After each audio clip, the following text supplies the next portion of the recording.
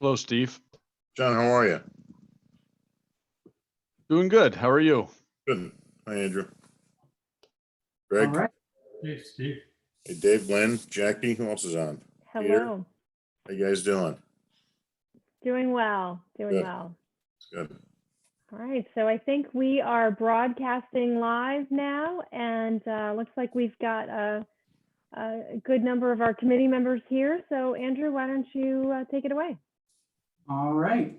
So good evening, everyone, and thank you for joining us this evening. This is the meeting number 7 of the Comprehensive Plan Advisory Committee for the Town of Rotterdam Comprehensive Plan Update. My name is Andrew Gilchrist, and I'm joined tonight by my colleague Jackie Hakes from MJ Engineering. We're going to start the evening with a roll call and follow for the panelists who are joining us this evening, and then I'll walk us through the agenda for the evening. There we go. A little lag in the computer there. So starting with the Comprehensive Plan Advisory Committee, Gregory Campoli. Here. Jonathan Tingley. Here. David All. Here. Kathleen Curtis. Milan Jackson. James Trigger. Here. Lynn Flansburgh. Here. Okay, and then from the town joining us is Supervisor Thomasone. Good evening. Peter Comenzo. Hi. And then from MJ Engineering is myself, Andrew Gilchrist, and Jackie Hakes. So tonight we'll start with a webinar how-to for those members of the public that may be joining us. We'll walk us through how you can participate.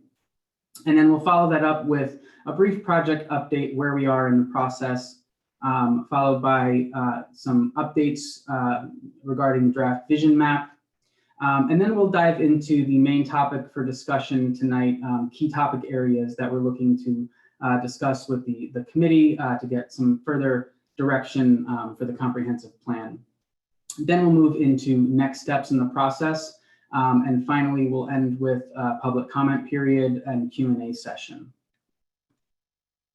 So for the webinar how-to, for those members of the public that are joining us, there will be a break to address questions at the end of the presentation. There are 2 ways to ask questions. One is through the Q&A function that you'll find in your Zoom webinar panel, either at the top or the bottom of the screen. And so there is a Q&A button there, and that allows you to type in the question that we'll then read off and answer during the Q&A period. There's also a raise hand feature, and if you use the raise hand feature during the Q&A period, we'll highlight, we'll call your name and unmute you and allow you to speak, and you can tell us what your question or comment is. For those who wish to submit comments to us after the webinar, we are always accepting questions and comments through the project email. The project email is rotterdamnyplan@gmail.com.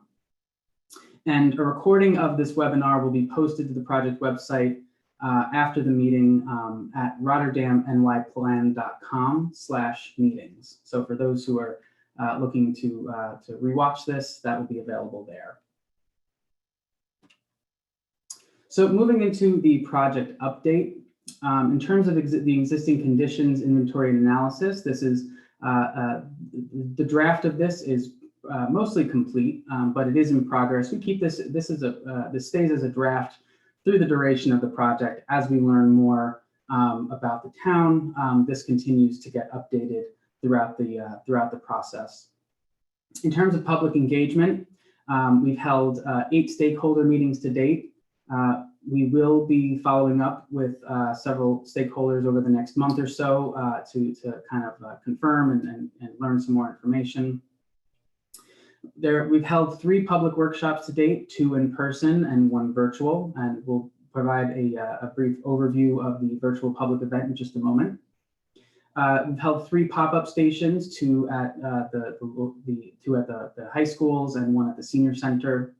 We've also held an online community survey and a student-generated survey.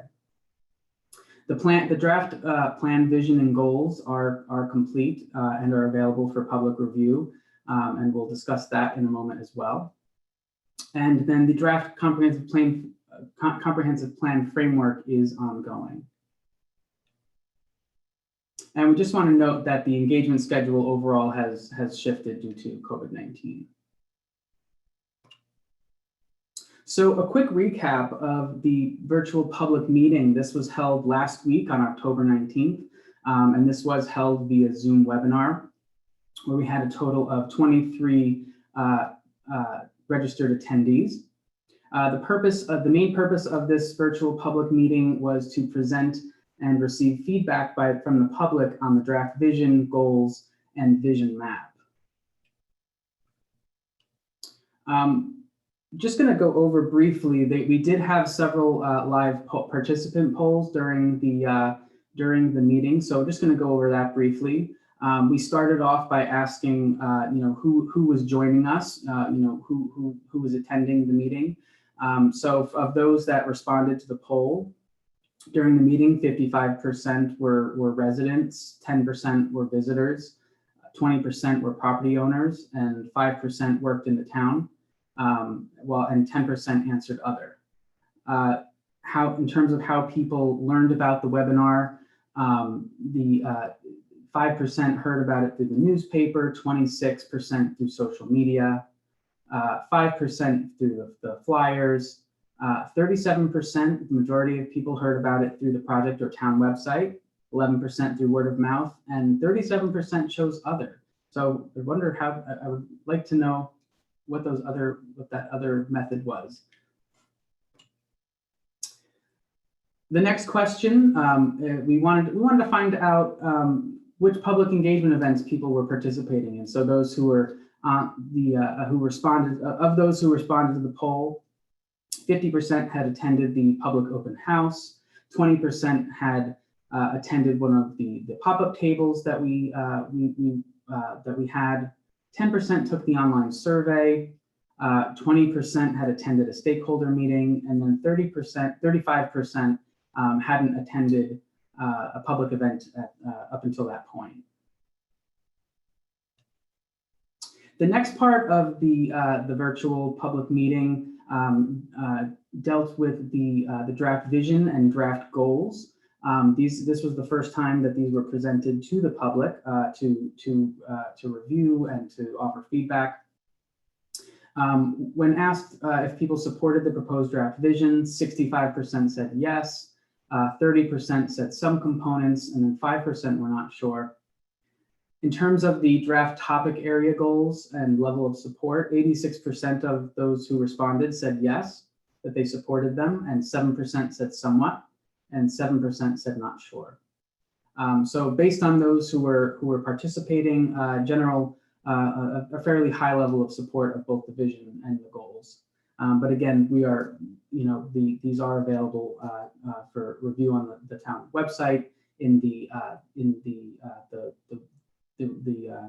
webinar presentation from last week.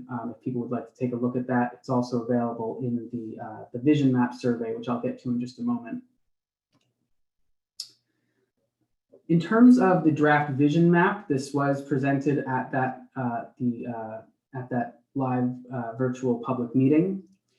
We did want to just bring to your attention, the committee's attention, some of the updates that were made. These were updates that were made prior to the virtual public meeting, but we haven't discussed them since our last committee meeting. So we just wanted to bring these to your attention. In general, just in terms of general format, we modified colors, took away the background aerial, made it a little bit more clear to see, particularly the proposed improvements. We reorganized the legend a little bit, make it a little bit easier to read. In terms of content changes that were made, these were based on feedback from the committee as well as from the town. So additional corridor mixed use areas were added. This included the Gilderland Avenue corridor as well as the Burdeck Street corridor. An additional access point was also added down in the southern portion of the town at the gateway into the town from I-90. And we also modified and extended the active industrial areas to more accurately portray that. Based on these changes, are there any, based on feedback you may have heard between the then and now, I just want to pause there, open it up to the group. Are there any additional changes that you would like to see made at this point? I will add that we will be getting, once we get all the public feedback in on this, we will make any additional changes that are necessary. But at this point, we wanted to just kind of open it up to you all, see if there were any additional changes you would like to see here.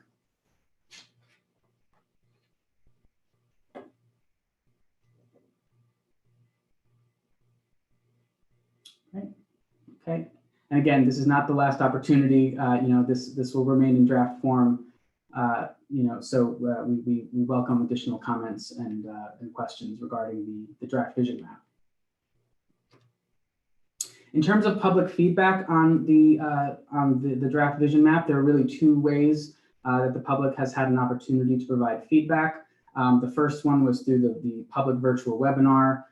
We only had 23 attendees for that, but we're hoping that with with it being available on the project website, people can go back and take a look.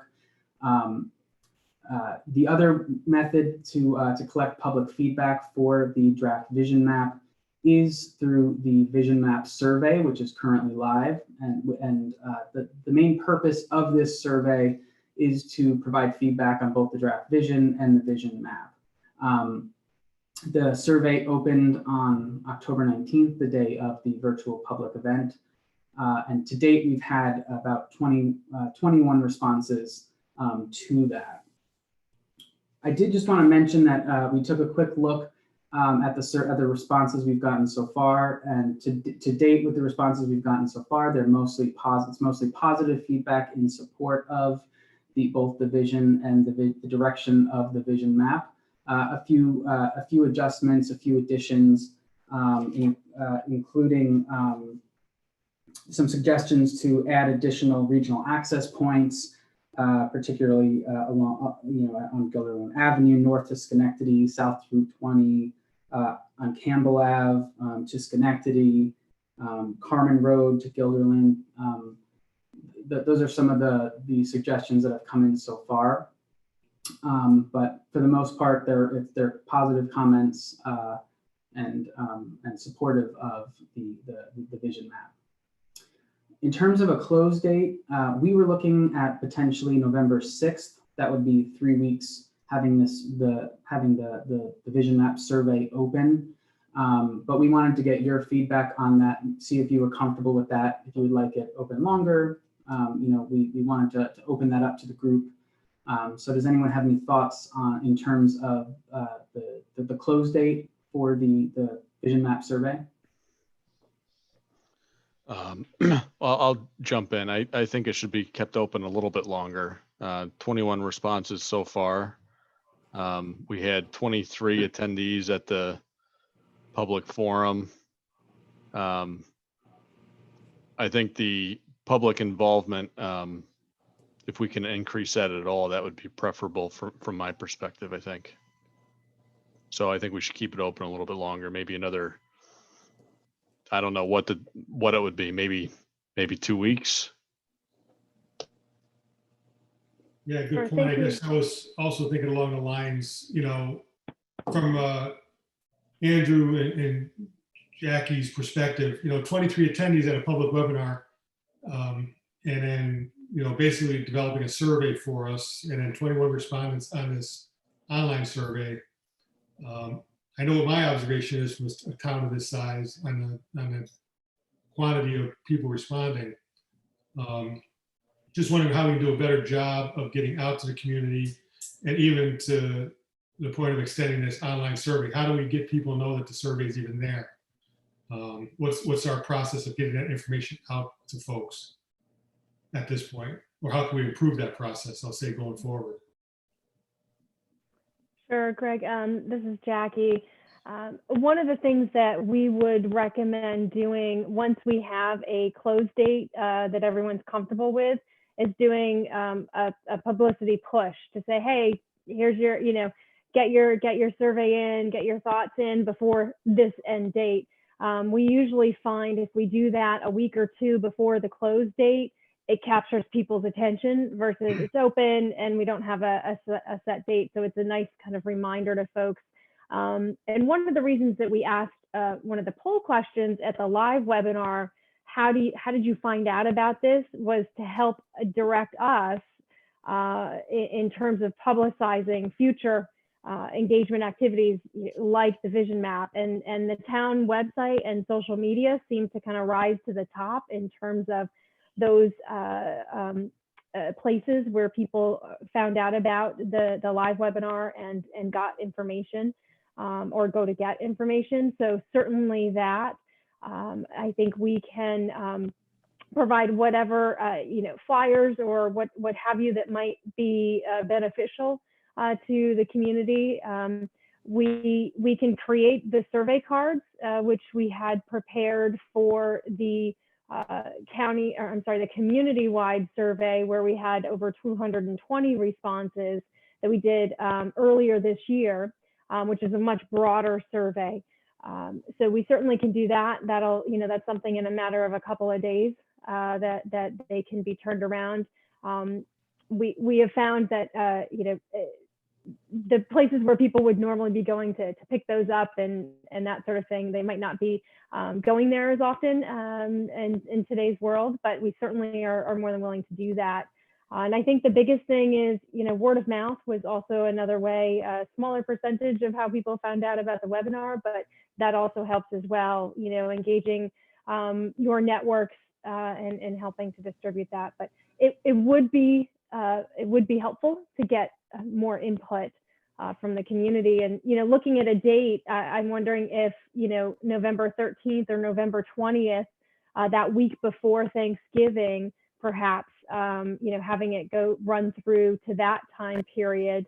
I think once we hit Thanksgiving, we'll certainly lose any interest. I feel like that week is a tough week to try to wrap something up, but we would propose that then, if November 13th or November 20th, and then a publicity push that we can work on this next week with the town and with your assistance.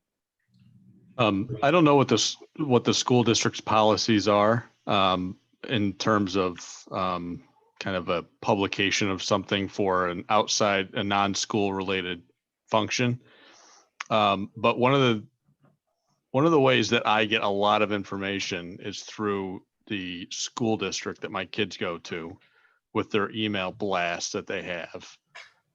Has there been any thoughts on reaching out to the two school districts in town? And I know they're not coterminous with the town's boundaries, but they have thousands of people, that they reach. I wonder if talking with the superintendents of the school districts to see if they can, if they would be willing to send out a blast just to say to, residents of the school district that are also Rotterdam residents, here's a link to the vision map survey for the Rotterdam comprehensive planning process. I think you'd be surprised at, how many people would actually click on it. People get those things from the school and it's like top of the email box, so. We will certainly ask. That's a great idea.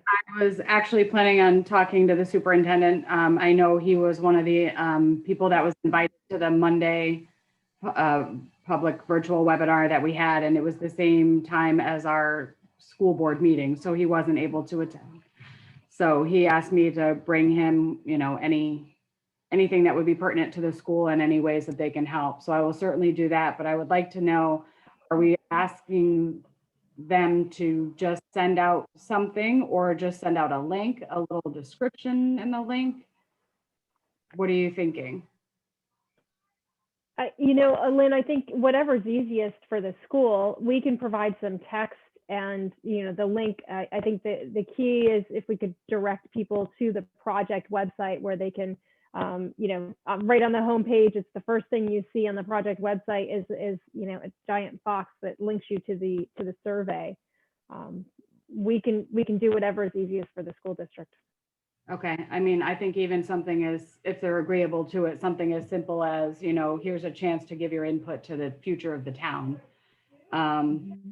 Unfortunately, our district right now is sort of addressing COVID cases and quarantines of multiple dozens and dozens of students at this point, which is unfortunately most of the communications that are going out with families right now. But it might be nice to have something a little bit different. I find, Lynn, I'm in that school district, and I find myself paying more attention to those emails this year than I ever have before because of that reason. So I think now would be an Absolutely. opportune time to do it. Yes. Okay. I will talk with them. And before you started throwing out dates, what came to my mind was after the election and before Thanksgiving, however that worked out. Yeah, and I think with COVID and the election, people's bandwidth right now, I think is just a little stretched thin. And then as far as Shawmont side of the town goes, whatever communication, I don't know who has a direct link to the superintendent over there or a board member. I don't know, Steve or Peter, if you've got a direct connection there or not, that we can provide a similar type of note to Shawmont. Yeah, so I was going to make that suggestion, but I think it's strong coming from members of this committee, frankly, reaching out to the schools themselves as well, or alone, if you will. But I have a relationship with both superintendents, and if Jackie wanted to send me, whatever content you want, the link, information, whatnot, I can definitely forward that on to both superintendents. And I think it would be great if, like Lynn, others reach out as well. I think that the more the better, frankly, that it's not just coming from, forgive me for saying it this way, but just from like the political body of the town, the board or the supervisor. It's coming from people that are within the committee who have spent a lot of time and use their talent to help us to, create a vision and a future for the town. So, yeah, so just send it to me, Jackie. We'll get it out. Sure. Get it out. Yeah. So I guess keep pulling in that string. So Steve, when you reach out to the superintendents, that would give the other committee members like a trigger to make that phone call. Yeah. So if I see that come out, I can always reach out to Shawmont and kind of back up the email they just received on what the whole process is. That'd be great. I think that's a great way to do it. Okay, thank you. And we'll put it back out on our Facebook page as well. Okay. And Thank you all. I guess one more question for Jackie. So pulling on this experience and maybe contrasting it to other projects you've worked on in the area, are there other tools or ways to reach community members other than what we are currently using? I think, just blanketing the community in a variety of different ways is really kind of the best option. Flyers posted up in, the local gas stations or places where you think people might be going, and we can generate the flyers with the QR code so folks can just scan it. But we're finding that those are less and less effective over the last few months, quite honestly. But I think it's just as many different, paths as we can, go down to try to just blanket the community to say, hey, here's an opportunity. We've asked you, earlier this year, now we're coming back. Let us know, are we, kind of on the right path? Yeah, you bring up the flyers at different, I'll say gas stations, but in some cases, stewards have given us community centers around the town where people go on a regular basis and see people all the time. And I don't know if the town could get some flyers up in those shops, in the short term. And I'm not sure if they made it out for the public meeting or not, but maybe we could take advantage of that for the survey feedback. There are also other groups within the town besides the school districts that have a big audience. On Facebook, for instance, I know the town has a Facebook page, but also the there's these neighborhood watch groups that have a big following on Facebook, that kind of thing. That's one aspect that, we may be able to use to get a message out there. They may be willing to do that. The other thing is, and I don't know if there's any appetite for this or not, but Facebook has a really good way of targeting people based on where they live. And maybe we should put basically what would amount to a sponsored ad on Facebook to, the 2 zip codes in town, to draw attention to the process somehow, or draw attention to the comp planning website. I know some people do that for their businesses, and they say that it's very, very low cost when you're just doing it by geography. I don't know what the cost is, but that's an option to maybe look into. Because I think the issue with flyers, I think so it may catch some people, but just I think, quite frankly, from my own personal experience, I think at least me, I'm more in touch with something that I see, on my phone or something, that's kind of when I'm in my downtime, not when I'm rushing around getting gas or whatever. I'm not paying attention to anything else but getting to work or grabbing my coffee, and that's it. I'm not, but when I have downtime, and I actually take some downtime, and that's when I see something, that's when it's going to be of interest to me. So I think, we may be missing out on some folks, and I think there's, kind of outside the box ways of getting in touch with them. Thank you, Jonathan. Yeah, we're really not sure how effective the flyers are. We do it as another kind of avenue to try to capture a handful more folks. But I think the key is what you identified, other groups, organizations that you might be aware of. We can prepare an email that all you need to do is to hit forward and ask them to help spread the word. That would be really, really helpful. Or if you want to give us the contact for, a key individual within that group, we can request that as well. I think it might be a little more effective coming from a fellow resident, fellow neighbor, but we certainly are willing to do that, to help get the word out about this, because this needs to be the community vision, and we need to, understand and make sure that we're getting feedback from the community.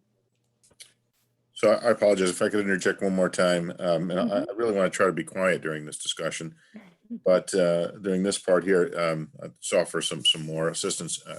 So Dana Osta in our office has the access to our Facebook page, and I'm not sure of I'll say the process behind purchasing the ad space, if you will, or sponsorship, but I'll have her look into that tomorrow morning, and we'll figure it out, see what the cost is, and find if we can just do it ourselves, and put it on the credit card or whatever it is we have to do, and we'll reach out to. I'll have Dana reach out to you, Jackie, tomorrow, if that's okay, and we'll try to get that. I think that's a great suggestion. I just don't know what it looks like, but I'll have her look into that. Great. Yeah, and have her contact me, Steve, at any point. It looks like, and I know we were going to hold off on public comment until the end, but we do only have 2 participants joining us this evening, one of which is a council member who's raising his hand. And I'm wondering if we can let him in. He might have some other ideas about helping to publicize this. So Andrew, could you go ahead and let Joe hopefully maybe have some other ideas of publicizing? Joe, you should be good to go. Yes, can you hear me? Yes, we can. Hi, everyone. Hey there. Steve, I know at one point you and I talked a while ago. I don't know what we were thinking, what we were talking about, advertising or broadcasting around the town. What about the volunteer fire departments and all their digital signs? Anything? I mean, the message would have to be brief, but is that an avenue we could explore? It certainly is, and again, Dana has contact there with with the Fire Chiefs Association and all their email addresses. So that's a great suggestion, Joe. I'll have her look, reach out that way too. And as long as we've got a link or something that we can put on there, or just tell people to check their Facebook page, something simple. We'll figure that out tomorrow. That's a great suggestion. Every once in a while I get one. Thank you. All right, Thank you. thanks. All right. Okay, so I think what we can do is to just kind of quickly summarize all of the potential opportunities to help publicize this. We'll get that back to everybody if there's anything else. And what we'll try to do is identify kind of who can kind of take on the various responsibilities for doing that. And I think if we can, I'll try to push this over the next week. That would be really great. And I'm going, I'm looking at the calendar now. I think, Lynn, to your point, after the election, before Thanksgiving, we would propose November 20th. That is three weeks, 3 additional weeks. So with next week, the big publicity push, and then 2 solid weeks following that. Does that sound appropriate to everybody? Can you just repeat those dates? Sure. So November 20th, closing the vision map survey on November 20th, which is the week before Thanksgiving. Yeah, that's certainly fine with me. Okay. And I don't want to throw a wrench into things or anything, but if there's any way of getting a flyer emailed to me tomorrow, I will hand it out to the trick-or-treaters tomorrow. Aha, that's probably the most creative idea I've heard in public. You want candy? You got to take my flyer too. Yes, we will have a flyer too tomorrow. Yep, we can do that. Okay, great. All right. And then just to kind of, Andrew, before we move on, just to kind of wrap up this conversation about the vision map, what we'll do is we'll share those results with you as a committee, kind of highlight some of any content items that might require some adjustment or discussion with you about adjustment, and then we'll circle back with you about that. Okay, great. All right, Andrew, what's up next? Moving on. Oops. There we go. So actually passing it right along to Jackie. Jackie, I'm up. The key topics for committee discussion now. Okay, great. So as Andrew and I were sitting down and kind of walking through our next steps for this effort, we're really starting to dive into recommendations based on the vision map, based on the topics, guiding principles, and all of that, the goals, all of that. And there were a handful of topics that rose to the top that we really weren't sure we had a clear direction on, or we have received input from the community, whether it's through the online survey, whether it's through the workshops, or comments that have come in through the project email. There were some topics that there didn't seem to be a clear consensus on, or we had follow-up questions about. And so we wanted to talk with you about those this evening, because we are starting to get to the point where we're really shaping the comprehensive plan and the recommendations for the draft plan update at this point in time. And so 3 of those topics that we wanted to discuss with you this evening are home-based businesses, the Great Flats Aquifer area, really the Rotterdam Junction opportunities for development and redevelopment, and then housing options in the town. These are all pretty, particularly the last 2, pretty meaty conversations. So we wanted to at least start the conversations with you, see if we can get a little more direction, and understand what questions we might need to ask more of, or what we might need to research more. And so that's why we're talking about this evening. So we're gonna start. Andrew, if you can move on to the next slide, please. Thank you very much. I'm wondering why when I was clicking my mouse, nothing was working. So we're gonna start with the home-based businesses. The way that we have this discussion set up, just so that you all know, we've identified what we think the challenge is right now in the community. Then we're going to go through a little bit of background, and then we have a possible solution or direction to think about, or sometimes there's options to address this particular topic that we want to just discuss with you. So the challenge with home-based businesses, as we understand it, is that there's the potential to impact the residential neighborhoods, for home-based businesses. They are regulated in your zoning right now, but the comprehensive plan can provide a little more direction if there are concerns that you have in your residential neighborhoods right now that are being impacted by an increase in home-based businesses. We can provide some direction in the comprehensive plan. Greg, to a comment that you had made earlier, we would not be going to the detailed level of saying, these the types of businesses are allowed, these are prohibited, this is what you have for parking requirements. We would not be going to that level of detail in the comprehensive plan. You're absolutely right. That is a zoning discussion. But if there is a change of or a shift of direction, that's what we want to lay out in the comp plan. One of the other reasons that we wanted to bring up the home-based business is we have heard this from some stakeholder discussions, and it did come up briefly at the last webinar. This is something that we are seeing a little more of, particularly during COVID, with so many folks working from home for some period of time and still continuing to work from home. We wanted to understand, is that a challenge that you are currently seeing, and do we need to rethink that, recognizing that the way we might be doing business and working might be changed temporarily, or might be changed as we continue to move forward. So that's a little bit of the challenge that we wanted to lay out. Andrew, if you want to walk through a little bit of the background in terms of just what the town currently defines as a home business, I think that might be helpful, just so we're all kind of on the same page.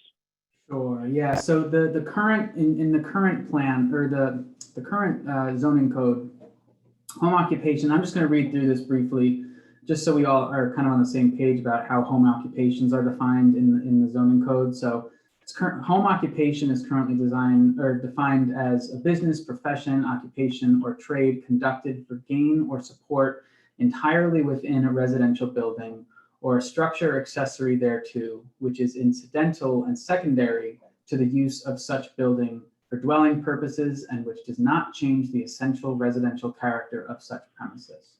Now, in terms of where home occupations are allowed, we've listed the zoning districts, and these are the home occupation. They're allowed as an accessory use in the agricultural district, in the R1, R2, and R3 districts, in B1 retail business district, B2 general business district, in the PRD district, as well as the flood hazard district. That's just a little background on the home occupations. Thanks, Andrew. And so our question to you is, first of all, is this something that we need to provide a little different direction for in the comprehensive plan, or at least an acknowledgement that there might be an increased desire or increased interest in the community for home-based businesses, given today's, I don't want to say post-COVID, but today's COVID world. So if yes to that, then, should we identify what the potential impacts are that should be addressed differently in the zoning moving forward? Would open it up to the committee for any thoughts at this point. I think it's difficult to have a conversation about home-based businesses because there's such a large spectrum of what those are. You have people that are just working from home, for instance, and there's nobody shows up to their door to do anything or get anything or meet with them or anything. They have no deliveries being made to their homes. They have no deliveries being made from their homes. They have no large pieces of equipment or what have you. And then on the other end of the spectrum, you have somebody that could be engaged in manufacturing at their home, and that could still be considered a home-based business. And it's the definition as it is in the zoning right now seems a little vague. It does relate to the residential. It can't impact the residential character of the neighborhood, but that has about as many definitions as home-based businesses does. So I think it's difficult to talk about how to address the issue of home-based businesses without having understanding that there's such a large spectrum of what those are. Should it be addressed in the comprehensive plan? I think maybe, but I think it really should be, the focus should be on identifying, at least from my perspective, I think it should be focused on identifying that if and how home-based businesses will be regulated should be based on the intensity of the use in relation to the zoning district that they're located in, without getting into specifics or details, because obviously that I think is too much in the weeds. But that's, from my perspective, I think that's about as far as it can go, is just to identify it and to identify a need to clarify how that's going to be regulated and take into account intensity. Thanks, Jonathan. Other thoughts, ideas?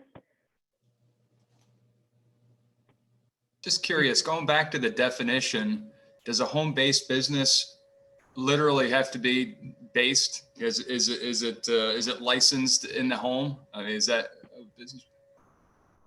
So it doesn't necessarily mean that's the domicile of the business, I guess, is reading this definition. You know, based on the face of it, based on our read of this definition, a residential building or structure, or even accessory. Yeah, I think it is pretty open. I'm not sure how it's been interpreted in practice, David, to your point, but it does seem to be pretty open. I'm just thinking with people working from home, you know, your actual place of business could be in another location, but you're working from home, and it looks like from this definition that would still qualify or could qualify as a home occupation or home-based business. It could. And I think that that's a good point. And I think something like working from home is kind of on one end of the spectrum of kind of a minimal impact. You know, that's to be distinguished from someone that is, you know, manufacturing items on their property, in their home even, and then having deliveries every day go out or come in, which is kind of on the other end of the spectrum, or somewhere along the spectrum, maybe not on the other end. Sure. Jonathan, I think what you described in terms of how this can get integrated into the comprehensive plan without getting too deep in the weeds, and identifying or recognizing that it should be based on the intensity of use within that spectrum. And David, you bring up that is a really good distinction. You know, is it working from home or a business based in the home? I think that level, if that makes sense to the committee, that's the level that I think is appropriate to include in the comprehensive plan, which provides direction, so that I know in some communities there's different levels of home-based businesses, and there might be you know, different requirements for those different levels, you know, such as the manufacturing, where folks are getting deliveries, or they might have 1 to 2 employees as well, versus there must be a single employee. And so, you know, there are different options once you get to the zoning update step to address that. So is everybody comfortable with what Jonathan had just laid out in terms of how we can incorporate into the comprehensive plan? So Jackie, I guess I raised that question when I saw the agenda, because I think early on I characterized it as a line was drawn in the sand that we weren't talking zoning during the comp plan update. That because we tend to always, like I was suggested, get into the weeds like, well, what about, B1 retail business? How do we want that to look in the future? No, we're not talking about zoning. These are big picture items. We're not getting into details. So I kind of find it strange that we're getting so much into a definition now that's within one of the zoning categories. Sure. Within this comprehensive plan discussion. I'm not discounting the fact that that discussion has to happen somewhere. That's not my point. So an example is, do we start thinking about how big signage should be for B1 retail business districts, or how many parking spaces a multifamily district, facility should have out of this comp plan recommendations? We're not going to that level, Greg, I can tell you. But one of the, this is the hard part, when we're trying to provide enough direction in the comprehensive plan so that the zoning can be updated and it's clear what the direction is versus the detail of what gets included in that zoning policy and that zoning code. But this is something that it's a conversation that we're having elsewhere, and it is being driven in some part by COVID and what the questions are about how people are handling this now. And so we thought we would just bring it up and see what the thoughts were from the committee. And we're not talking about, we just identified kind of that they are allowed in a number of districts, but we don't want to go to the level of discussion with you about which district they should or should not be allowed in.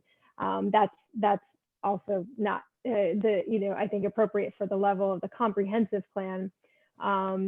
But the other part of it is, if we take a look at the vision map where we're looking at, development and redevelopment along some of these corridors, that redevelopment might open up opportunities for people to have live workspaces and, within a compact walkable area. And so, I think it all kind of works, starts to work together. But we wanted to bring this up, and if folks are comfortable with what Jonathan had discussed, we can pull together some language and have you all take a look at it.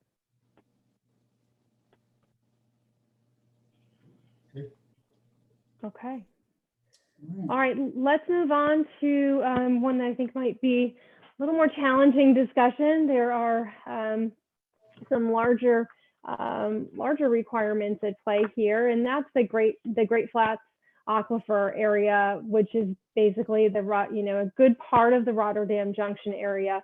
And we do want to talk about that in relationship to the future vision for the Rotterdam Junction area in terms of redevelopment and development. So I think we talked about the Great Flats Aquifer early on when we did our early existing conditions review with you, but the challenge really is that there are very specific regulations and restrictions associated with the aquifer that does create a potential barrier for revitalization, new development, or redevelopment within the Rotterdam Junction area.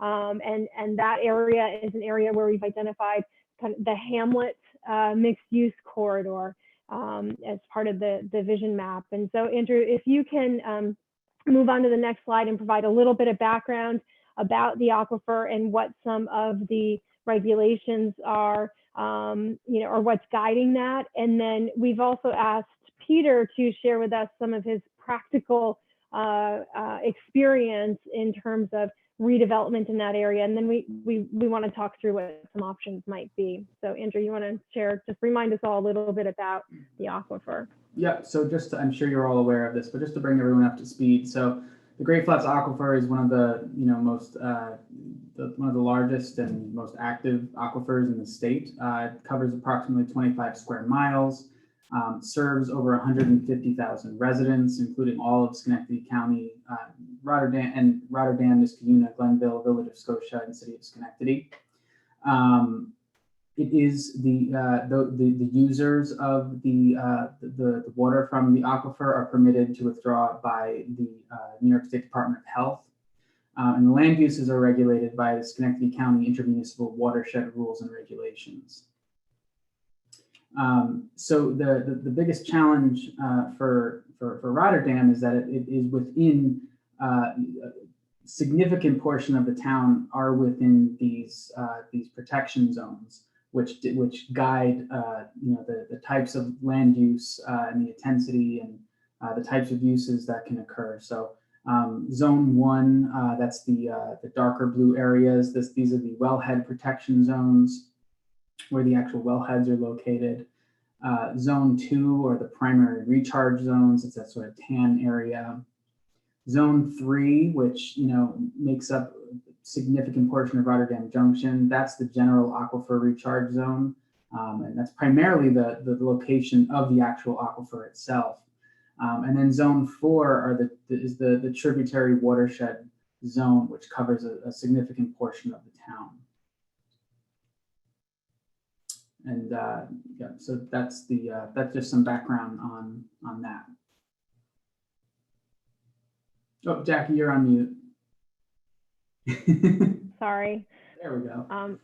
Rookie mistake, right? Andrew, if you could just go back to that previous slide with the map, thanks. And then Peter, if we still have you with us, I know that you have been working with applicants or folks that are looking to develop in that area, and it's been a bit of a lift.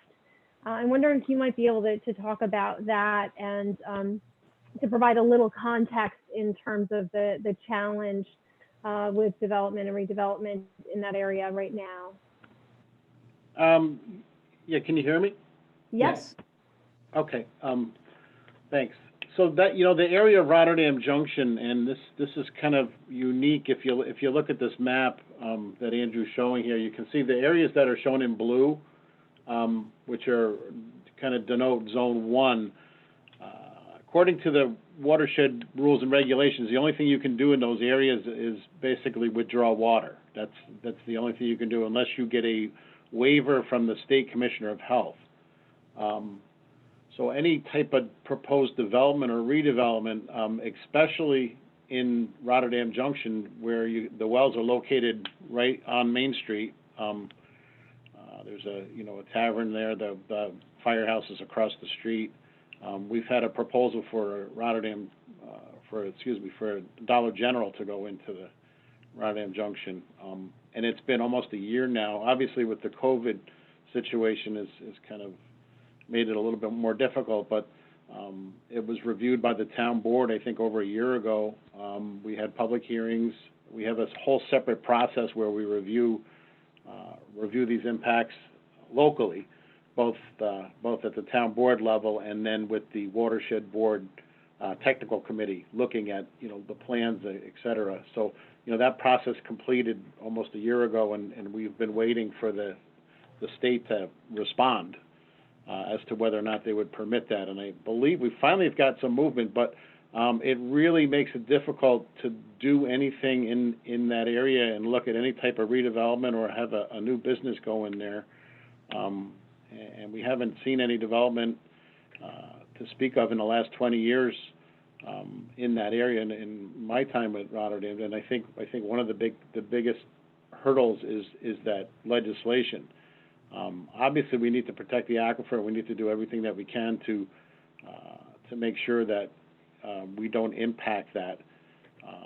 That being said, we've got these very, very difficult regulations for Rotterdam Junction, as well as the area down along the Great Flats where the Rotterdam Square Mall area is down there as well. We don't see quite as much development pressure in that area, but the concern we run into is you've got these commercial or you have both existing rail lines and you have interstates that run right through or right in those areas, carrying who knows what. Those are completely unregulated. But then if you go to do something from a land use perspective, you almost have to move mountains to get something approved. So in order to look at those regulations were adopted, I believe, in the late 80s and early 90s. The only way to really amend those would be to amend state law, which could be a pretty heavy lift. And I think there may be some resistance from folks to say, well, let's not, let's leave the aquifer as protected as we can. That being said, these barriers to redevelopment in Rotterdam Junction, it creates a very difficult situation for anybody that for any investment in the town in the future. So. Thanks, Peter. And one thing that I do want to point out, I think and you did raise this, Peter. I think it's a matter of trying to balance things here, recognizing this is a really critical resource that does need to be protected. However, also recognizing that at least the folks that have come out for one of our public open houses in the Rotterdam Junction area, expressing the need for kind of small service businesses in the area, something there to help support them.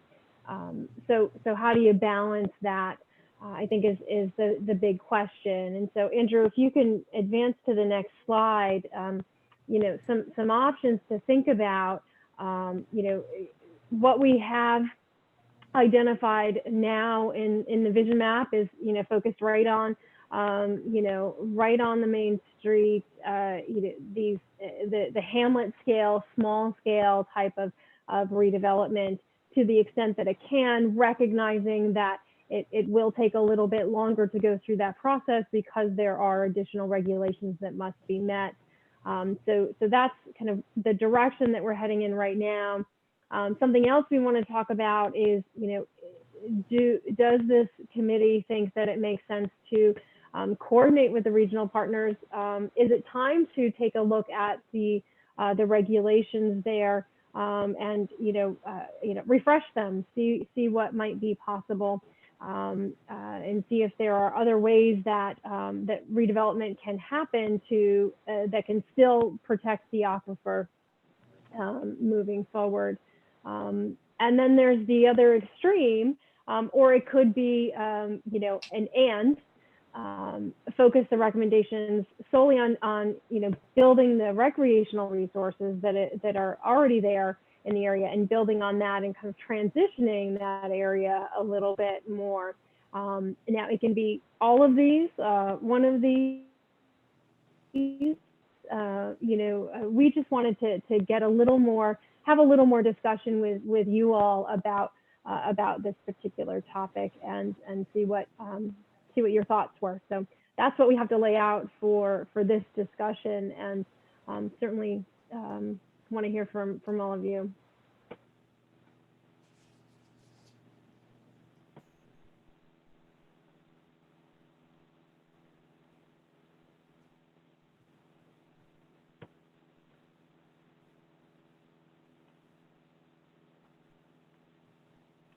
Okay, so hearing no comments, I'm wondering if perhaps all of this, we work toward all of this, or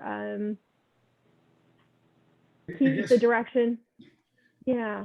Yeah, I guess, Jack, I'm just thinking that, the Rotterdam Junction area has never been a really largely developed area. It was mostly residential, and then, and I'm speaking from an outsider, so I can't say for a fact, but mostly, low impact services. So folks didn't always have to come back to Schenectady or Amsterdam to get things done, whether it was restaurants or small stores or whatnot. I think Peter said there's regulations, but I don't know if they preclude those types of low impact types of development to exist. So, I don't know if I go so far as looking at the regulations, but I think the 2 points about redeveloping to the extent you can based on the regulations, and to focus the attention on recreation and residential area of the town. I think that last line could include, improving the residential character of that area as well. Okay. Is that true, Peter? I mean, it's not precluding any type of development. It's just may take a little extra to get those low impact services to pop up again and provide those services to those folks. Now, Greg, unfortunately, the way the legislation is written, it's basically the only thing you can do is withdraw water. So if you want to build a house, you would need to get a variance from the State Commissioner of Health to build a house. So, the regulations that are on the books are, very restrictive in that not only do you need to go to the town board and get approval through a public hearing process, once you're done with the town board, you need to then go to the State Commissioner of Health and lobby them to get a variance. Obviously, this year with the situation, and there were some changes administratively at the state level, which kind of delayed things even further. But it's been over a year since the town board has done their due diligence and had public hearings and had the watershed board meet and discuss the impacts of constructing a small Dollar General store on Main Street in Rotterdam Junction. And the developer hasn't walked away from it yet, but that's a definite possibility when you get to a certain point in time where you have that long to wait for some type of approval. So the regulations are there, and this issue's been brought up over the last 20 years. It's been brought up several times.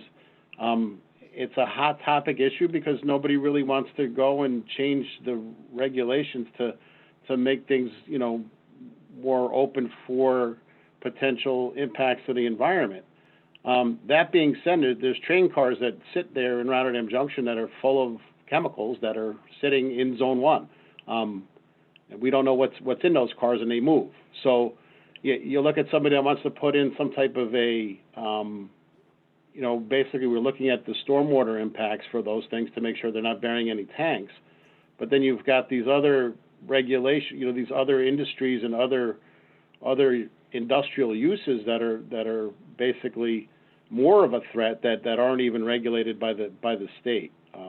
And I don't know if, so that makes it very difficult for somebody going into that, or just from a practical standpoint to say, you kind of get frustrated when you look at the amount of regulations to try to get something approved like a house or a business.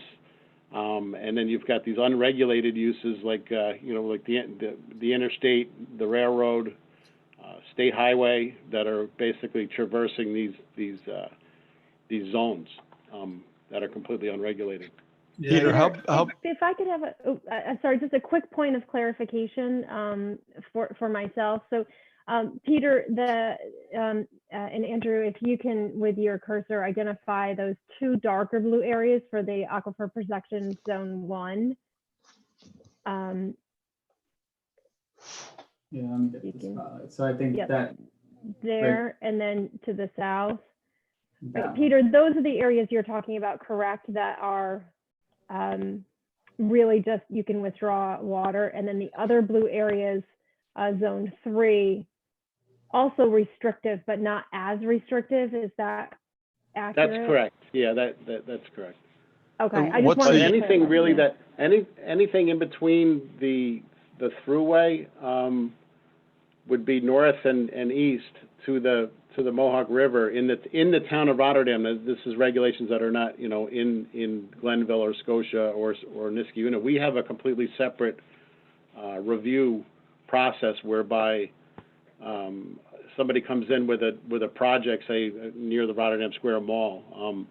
They need to go through the town board and get review. There's a review and approval process for that. But the restrictions in Zone 2 and Zone 3 are a little bit less so than Zone 1. And the difficult part with Rotterdam Junction is Zone 1 is in the center of town. Mm-hmm. So it really it's almost like a catch-22 when you're looking at a project to come in and then you say, well, you can't do anything here. But it's the center of town, and it's really the heart of where the businesses would potentially be located, and across, right across from the firehouse. And well, is that something like a comp plan would do, though? It would shift where the center of town should be located based on other constraints? It could. Greg, we did go through an extensive review process and land use effort in Rotterdam Junction pretty recently with the Brownfield Opportunities area, where we went and looked at, on a parcel-specific basis, we looked at properties in that area. There's not a huge potential for development or redevelopment. There's no, we don't have sanitary sewers there. And the constraints of the thruway, you've got floodplain issues, you've got you've got the other issues with just the topography in that area. There's not a whole lot of developable property. But what did come out of that plan is there is opportunities for recreational, but you've got the Maybe Farm, you've got the river, you've got and you've got a small little hamlet there that was thriving. 100 years ago was really the basis of trade and commerce in the area. So to see some type of redevelopment in that area where we could, have some type of either, small home-based businesses or shops or something. I'm almost thinking something, kind of like what like the Village of Altamont did and reinvented their downtown area there.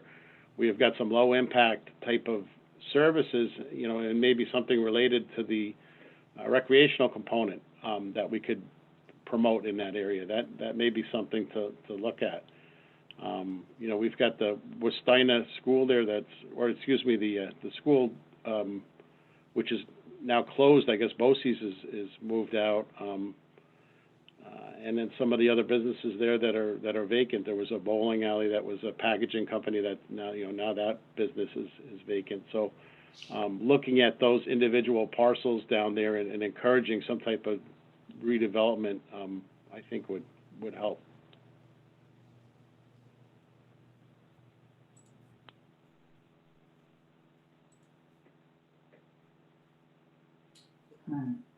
Yeah, I didn't realize the extent of the regulations on what even impacts a developer going in there to build a housing project or even a couple houses. That's pretty restrictive in my mind. Yeah, and that's zone 1. So there have been a couple houses that have gone in the other areas, but the zone 1 regulations are and that's really like I said, for Rotterdam Junction, it's not as difficult as a lift if you look at the map for these other areas.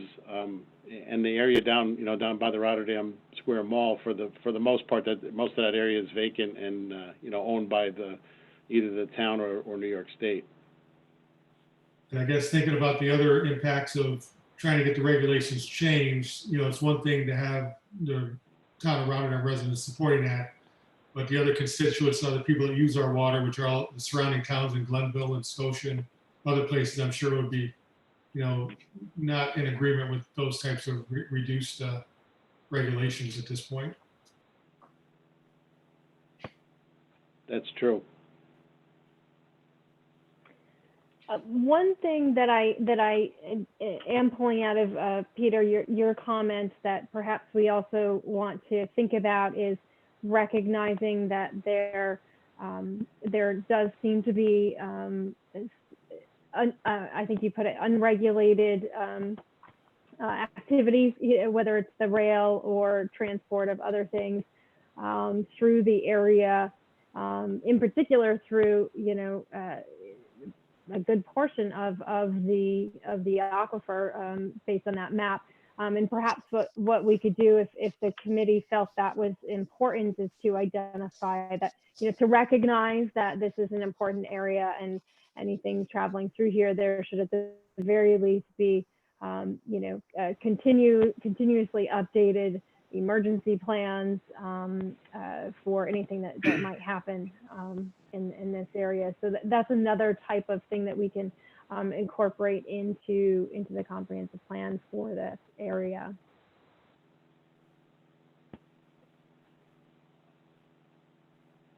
Okay.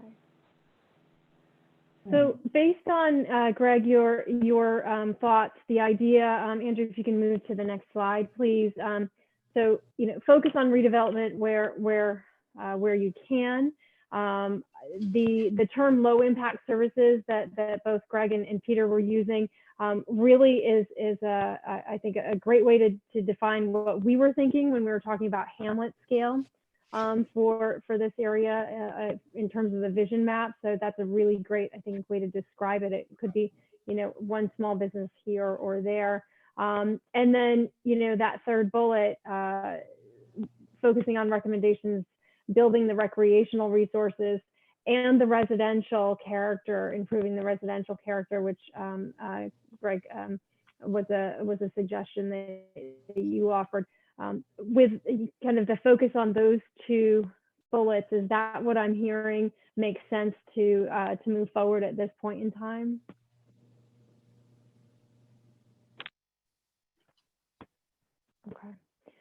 Okay, I'm seeing head nods. Thanks, everyone. And I do just want to point out that we're having this conversation right now. We will be working on drafting the plan and recommendations. You as the committee will have an opportunity to review that, tweak that, modify it, change it. We'll then go to the public, hear from the public, come back to you, work through any input that we get. So this is just kind of one next step in the process. So I just want to point that out to everybody, kind of as we're moving forward. But okay. Anything else on this topic area? Great. Okay. So moving on to probably, I would say, one of a pretty large topic area in the town, and that's about housing options. This is something that, quite honestly, we're not sure that we have clear direction or consensus about this. So we're going to kind of talk through this with you a little bit. The challenge really is the concern over multifamily residential construction in the community. What is the best location for that? Should that be happening in the community? Recognizing that to a certain extent, the development of residential in whatever format, style, type is a market-driven process to a certain extent. Folks are not going to spend the resources and invest in developing a product if there's nobody that's going to be renting, buying, or leasing the product. So we really want to talk with you a little bit about the options for how to address in the comprehensive plan. So as we were thinking about this internally, we went back, we reviewed the discussions with our stakeholders. We looked back to the survey, the online survey that we had to try to get a little better sense. We brought into it some conversations that we've had in terms of what the town is seeing from an application perspective for development. And I just wanted to share a little bit of that with you for some background so you can kind of understand why we need a little more discussion in terms of the direction for this. But in the survey that was conducted, I think it was February through April of this year that the survey was open. We asked, one of the questions asked, would you discourage or encourage these types of land uses? And there was a whole list of land uses, one of which was what we referenced as high density residential. And 23% would encourage that. The remainder would discourage that. However, when you look further down, 66% would encourage senior housing. And when we think about senior housing, we think about different options for housing types for seniors, which could be categorized as multifamily residential. So, thinking about that a little bit, we had an open-ended question. There were concerns about apartments and condos and high rises. Yet in some open-ended questions, there was a desire to see a more vibrant, thriving, walkable town with balance of residential, shopping, and dining. So, and when we think of a compact, walkable kind of center or node, generally those areas have more of a mixed type of uses, which has generally higher density type of housing. The residential on the upper floors, retail, commercial on an office on the first, the lower floors. And so there's a lot of kind of back and forth, yin and yang, that we're trying to understand where the community really lies. And what we understand also from talking, with Peter, Peter, I think you've mentioned that you've seen a substantial number of applications for multifamily housing over the past several years. And so that is, one indicator that there's a market for that, or as redevelopment is happening, that seems to be, a trend that the town is seeing. And you couple that with the fact that there is really amazing access to and from your community to, the region. We really are looking for some direction in terms of what makes the most sense moving forward in your community. And I do want to point out, before we move on to a little bit more background here, actually, Andrew, can you move to the next slide, because this will help me with this part. If this is a modified existing land use map that we modified just for the discussion today, so the colors are a little off, but the red that you see is the commercial existing commercial land use based on the tax assessment data. The pink, which you can't really see all that well, is the mixed use, but then the yellows are categorized as high density and medium density residential. And I'm going to let Andrew kind of walk into that a little bit more detail.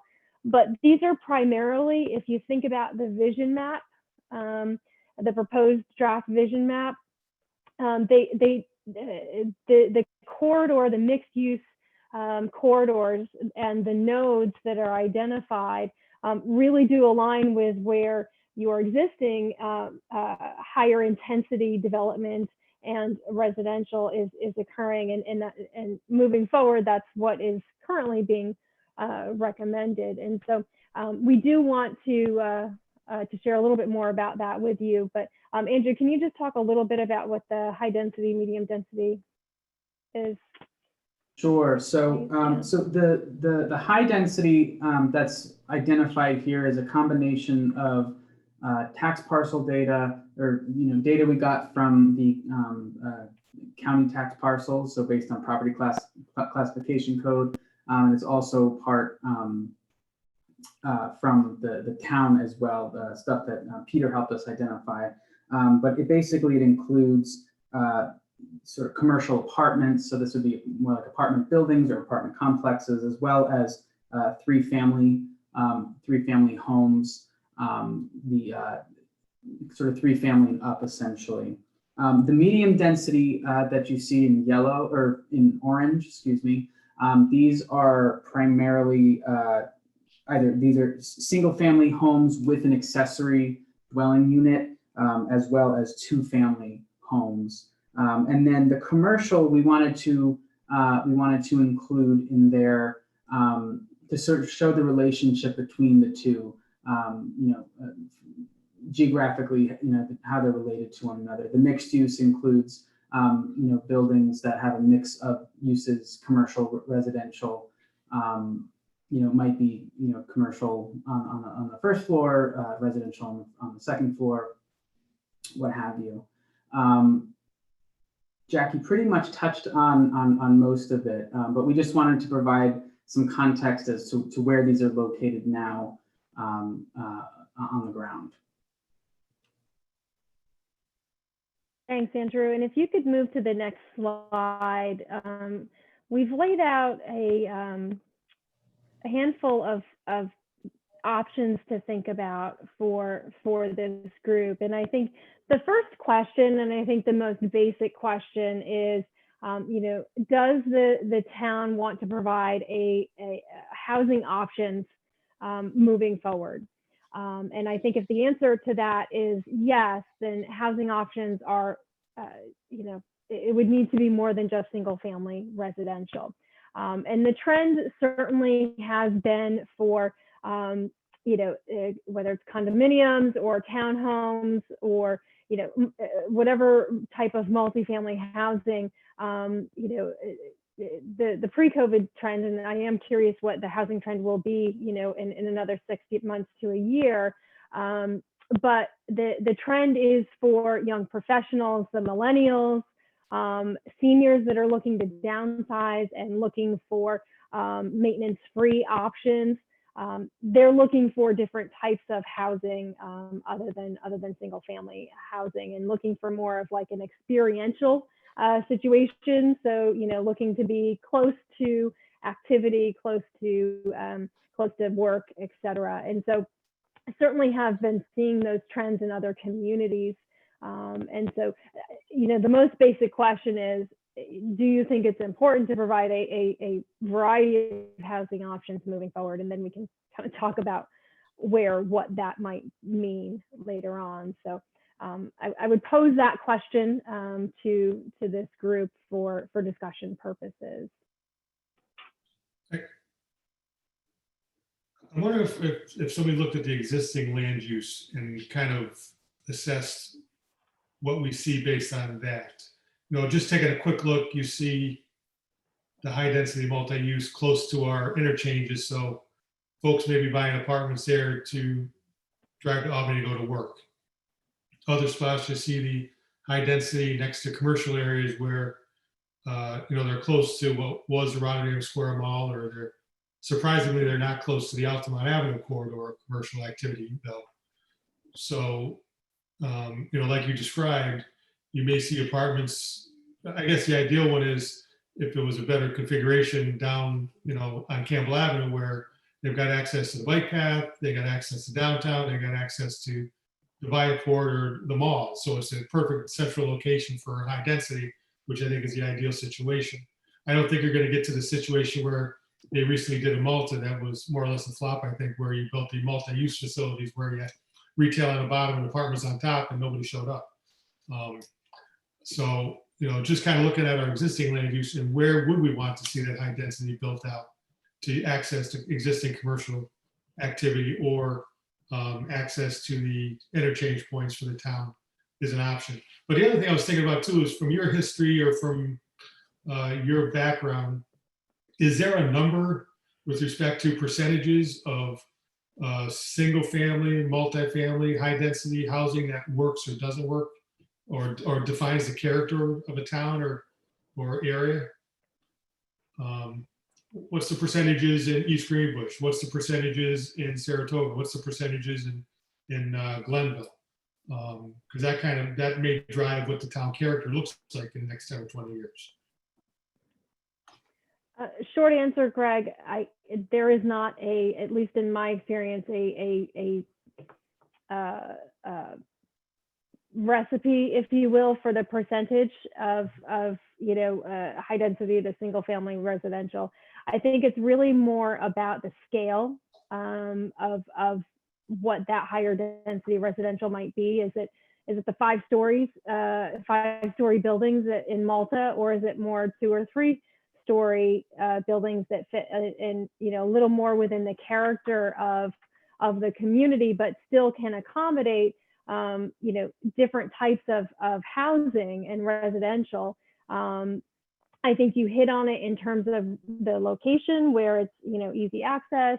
You know, I think if you look at your existing land use, in large part, maybe not everywhere, but in large part, you're not seeing the you know, multifamily residential in the middle of your well-established single-family residential neighborhoods, right? In terms of redevelopment options, because you do have some really wonderful, well-defined single-family residential neighborhoods that have their own character, and I think we certainly have heard that is important to try and maintain. You know, moving forward as your town grows. But I don't have you know, that recipe in terms of percentage. We certainly can take a look. That's something we can pull together if it's helpful for you to have a little better understanding. But I think it's really about the relationship and what that residential scale is. And if you're talking about the multifamily, the other option, you know, and I'm thinking more mixed use type of options, is, you know, thinking about how that residential in close proximity to your commercial and retail can support that commercial retail from an economic development standpoint, because you have kind of built-in clientele, if you will. And so that's also helpful for, growing your small businesses along some of these corridors that we've identified in the vision map to kind of focus redevelopment on. I just had a couple of thoughts. One of the phrases that you had mentioned was that the apartment and housing is market driven. As a planning board member, one of the most common things I hear is dissension when a new application for apartment complexes come in, whether it's a single 8-unit building or a larger development. Many feel that we have enough apartments or we're saturated. And I try to explain that companies wouldn't come in and develop them if they didn't already have a need for it. And we're not necessarily here to tell them what they can and can't do on their property. That's, the code tells them what types of things can go there, and we're there to help lay it out for the, health and welfare of the community on how they put it there. So that was one thing. And then another, I think we have a restriction on mixed use. Peter can certainly help, or Jonathan, when we have retail or business on the bottom and residential on the upper floors. I think we have a limitation of only like 2 apartments on an upper floor. I specifically, Peter or Jonathan, I'm referencing when they went to put the apartments in across from Price Chopper, we had talked about they wanted to put businesses at the bottom, but they still had like 6 units or something like that for apartments above it. And there's some type of restriction that prevents something along those lines. Can you guys help out? I'm going to defer to Peter on that one because nothing's coming to mind at the moment. Yeah, so Lynn, what you're referring to, I believe, is our B1 and B2 zones where you can have a 1 or 2 family residence. That's the maximum. You can't have 3. And you can have that with a business. So, in many instances, we'll have somebody that wants to put in 4 apartments and then maybe retail on the first floor and then more than 2. That has somewhat been addressed in the when we adopted the mixed use zoning in 2017 that covered Hamburg Street and the 5 Corners area primarily, where we allow for that mixed use type of development.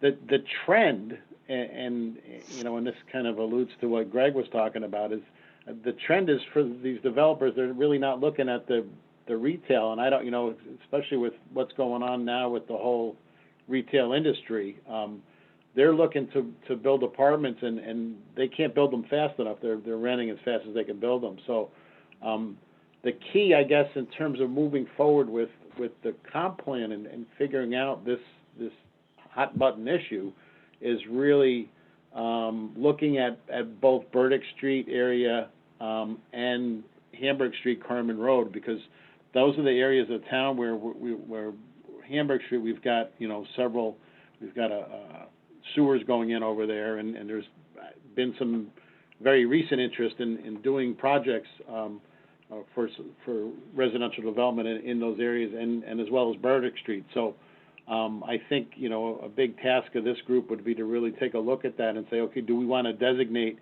the specific area of say Hamburg Street, or a specific area of Burdick Street and Maryville Road area that are potentially going to have sewers? Are we looking at a commercial, or are you looking at more of an industrial type use, or would you like to see high density residential? Because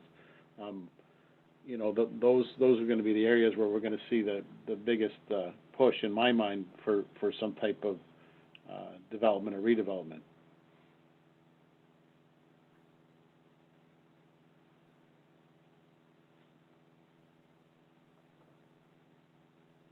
Okay, thanks, Peter. Other thoughts with regard to this issue?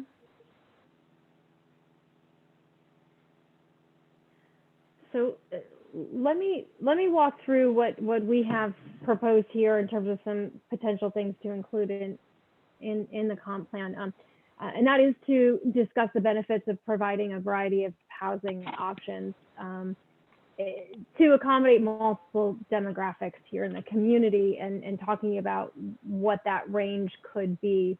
I think the other part of it is to really talk about scale, and I do wonder if it's a matter of scale that is of concern to community members that had responded to the survey, that had expressed their concerns about multifamily. Also to provide, Peter, to your point, and Greg, to some of the suggestions you had, and to provide general direction and guidance for the location of this.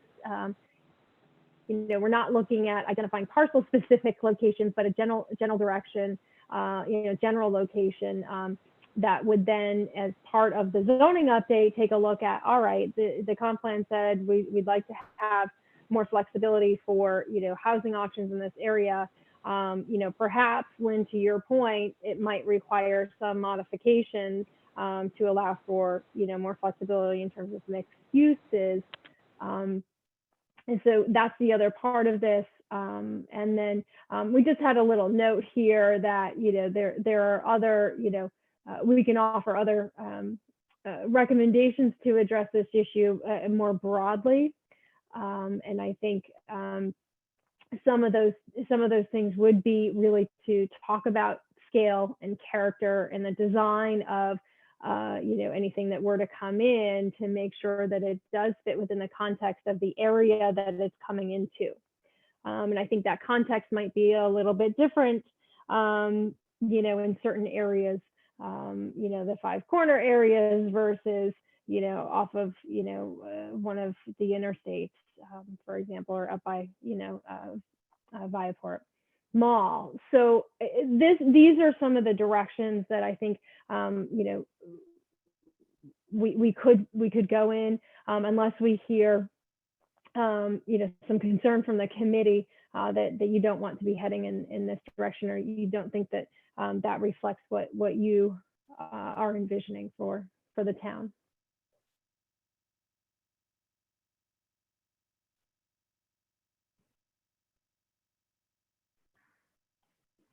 Okay. Hearing no objection to that at this point. So, Jackie, if it makes it any easier, I'm supportive of what you said. It's not just a non-objection. I'm supportive of the way that you suggested it be addressed. Okay. Thank you. Yes. Okay. Same here. That makes a lot of sense.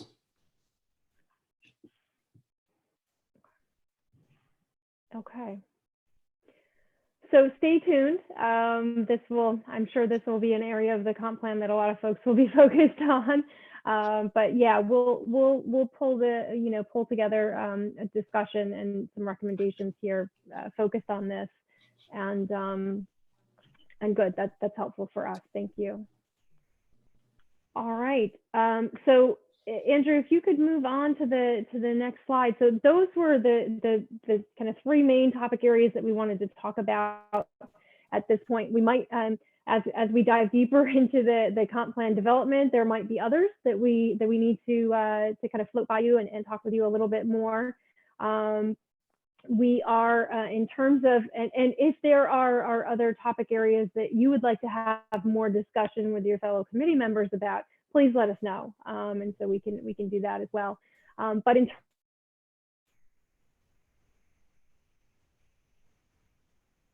Oops. Something froze.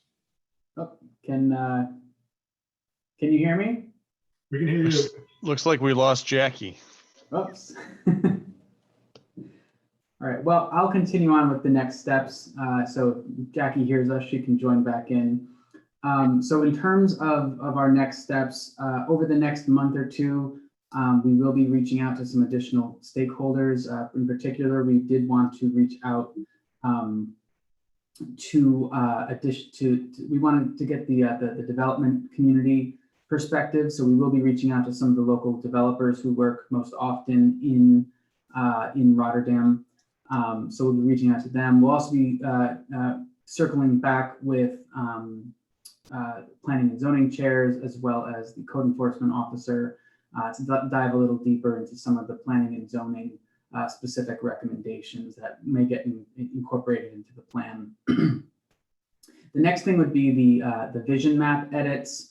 And so we will be compiling, as Jackie had mentioned, we'll be compiling the information that we get from the vision map survey. Based on your feedback tonight, we'll be keeping that open until November 20th. We'll also be keeping track of the project email to make sure we're capturing any comments that go there as well. The next major step is going to be drafting the comprehensive plan. So we're going to be taking all this information that we've collected thus far through our conversations with you and drafting the actual plan. And so our next committee meeting is to be determined. The date is to be determined at this point, but at that committee meeting, we were, the plan is to hopefully share a draft plan with you if it's ready to go at that point for you to respond to. Does anyone have any questions about those next steps coming up? Okay. So with that, it looks like we have one member of the public, two members of the public. That might actually be Jackie. Let me see.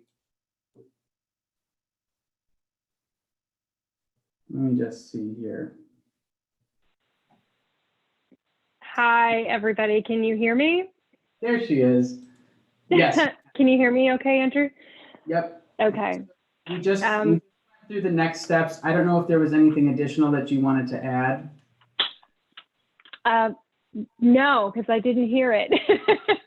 Apologies, everybody. Everything just locked up on me. But no, Andrew, if you covered the next steps, I think that's fine. The only other thing I would add is that, we will start drafting the comprehensive plan, but we want to make sure that we have the vision map kind of aligned with the community comments that we might get. And so, we'll wait and see in terms of when that next committee meeting might make sense to be scheduled. All right, thank you. Mm-hmm. And so with that, it looks like we do have one member of the public. Jackie, was that you calling into as an attendee? Yes, okay. That was the quickest way I could get in. just wanted to double check we didn't have another member of the public. So it looks like we do have one member of the public. So we would welcome questions at this time. I do want to plug again the Rotterdam Vision Map survey. It's available on the project website. And we do accept comments at any time from the public via the project email at rotterdamnyplan@gmail.com. So for those who are on those members of the public who are on, if you would like to leave us a comment, you can use the raise hand function or the Q&A function on your Zoom webinar panel. And you can go ahead and either type us an answer or a question, or we can allow you to speak. So we'll give just a moment for that. I am going to stop sharing my screen at this point so we can see everybody. So we'll give just a moment to see if we get any questions, and then that will be it for tonight. Andrew, I do have a couple other thoughts if no other questions come in. Sure. Absolutely. Yeah, go ahead. It doesn't look like we have any questions at this point. Okay, so two things I think really, with respect to crossing the boundary into the zoning discussion, has anything come up about, I think I've seen it in town discussions before, but solar wind development, things along those lines. Where does that fit into this discussion from a comp plan? Do we want to attract those types of industries going forward? We know there's some developments in the areas, but is that something that should be brought out in the comp plan at this point? And then the last thought was, with respect to communications and reaching out to our community, we're about 2 months away to sending out a huge mailing of town tax collections.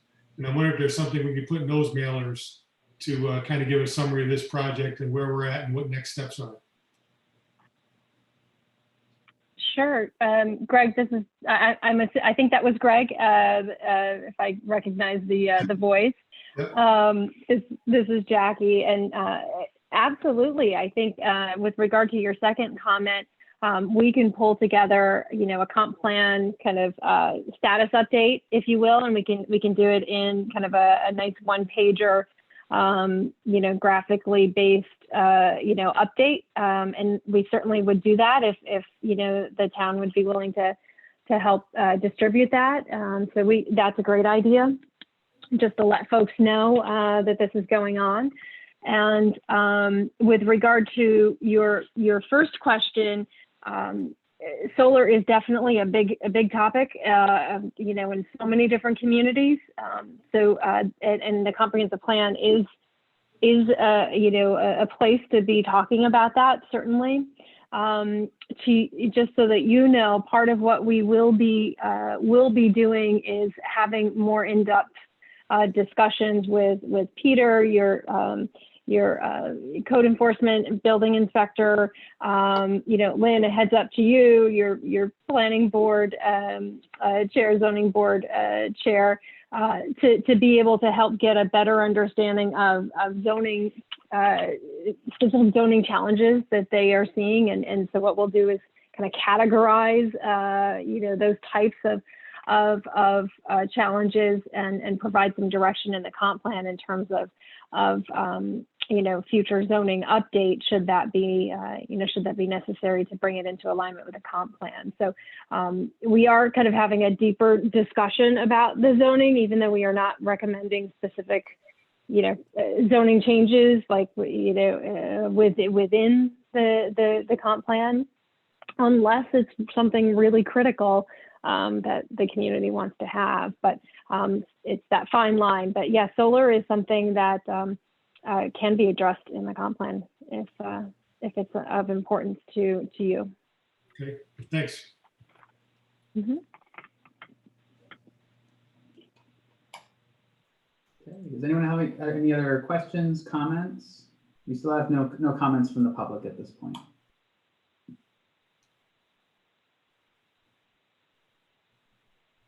All right.